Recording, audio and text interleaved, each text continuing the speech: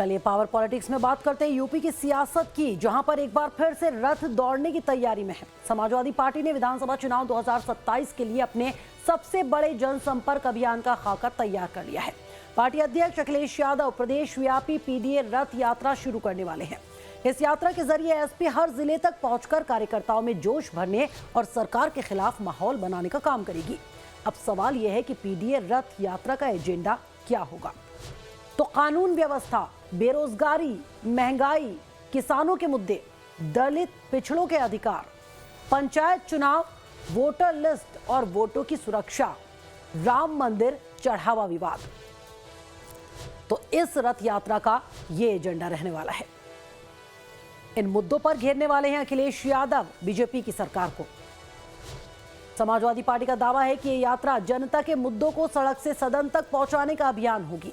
वहीं बीजेपी इसे जनता की आवाज नहीं बल्कि समाजवादी पार्टी की राजनीतिक बेचैनी बता रही है।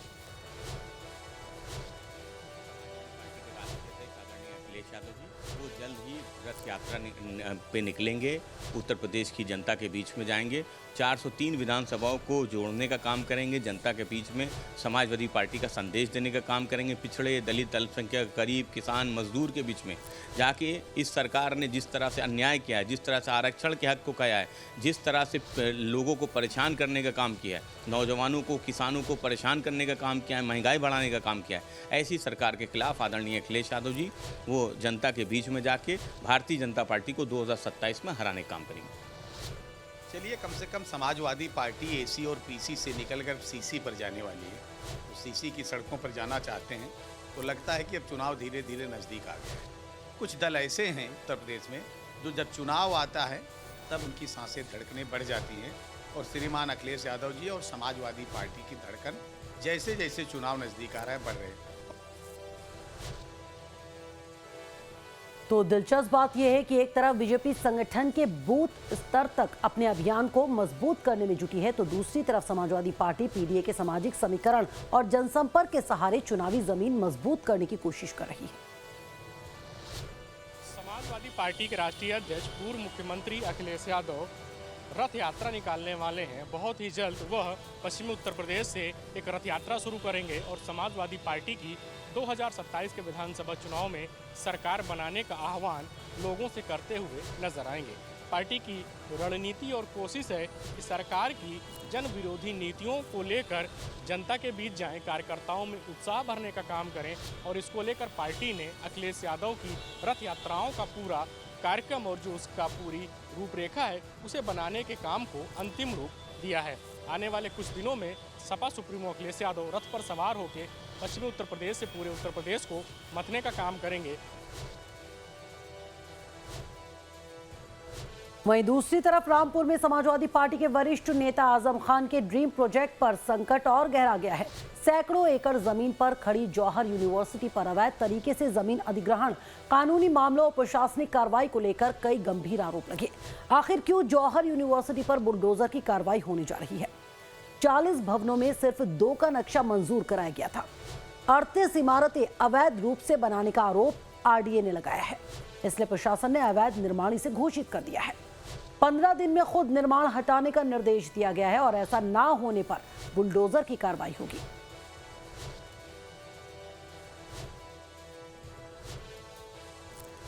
तो नियमानुसार उन्हें तत्समय जब ये भवन का निर्माण हुआ था जिला पंचायत से मानचित्र स्वीकृत कराना था और इस नियम की जानकारी उनको थी, इसीलिए उन्होंने जो 2 भवन है उनका जो मानचित्र है वो जिला पंचायत से स्वीकृत ही कराया है।